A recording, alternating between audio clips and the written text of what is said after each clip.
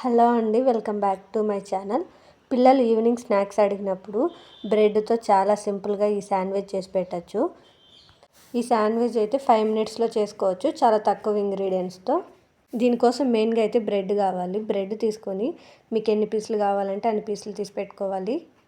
ఇంకొక గిన్నె తీసుకొని సన్నగా కట్ చేసి పెట్టుకున్న ఎర్రగడ్డలు, కొద్దిగా కొత్తిమీర, సన్నగా కట్ చేసి పెట్టుకున్న టమాటాలు కూడా వేసుకోవాలి. ఇక్కడ కొద్దిగా చిల్లీ ఫ్లేక్స్ వేసుకుంటున్నాను. అలాగే కొద్దిగా ఫ్లేవర్ కోసము ఆరిగానో వేసుకుంటున్నాను. మీ దగ్గర ఇవి లేకపోతే స్కిప్ చేయవచ్చు, ఇవి జస్ట్ ఫ్లేవర్ కోసం మాత్రమే. ఇందులోకి మీకు రుచికి తగినంత సాల్ట్ వేసుకోవాలి.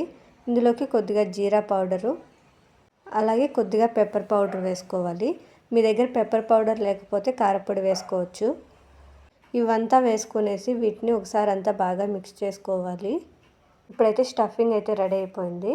మీకు ఎన్ని బ్రెడ్ స్లైసెస్ కావాలంటే అవన్నీ తీసుకోవాలి. ముందుగా బ్రెడ్ స్లైసెస్ తీసుకొని దానిపైన కొద్దిగా కెచప్ వేసుకోవాలి.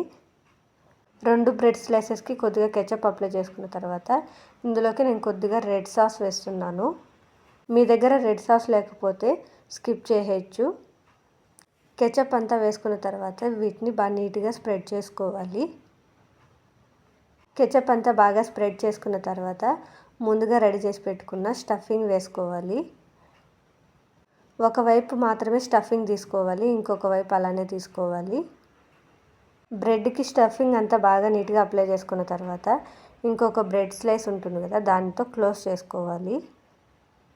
ఇలా అంతా బాగా నీట్గా క్లోజ్ చేసుకున్న తర్వాత ఇంకొక ప్యాన్ తీసుకొని ఇందులో కొద్దిగా ఆయిల్ కానీ, లేదంటే కొద్దిగా నెయ్యి కానీ, లేదంటే మీ దగ్గర బటర్ ఉంటే ఏది కావాలంటే అది వేసుకొని మంటను లో ఫ్లేమ్లో పెట్టుకొని ముందుగా రెడీ చేసి పెట్టుకున్న బ్రెడ్ వేసి పెట్టుకోవాలి.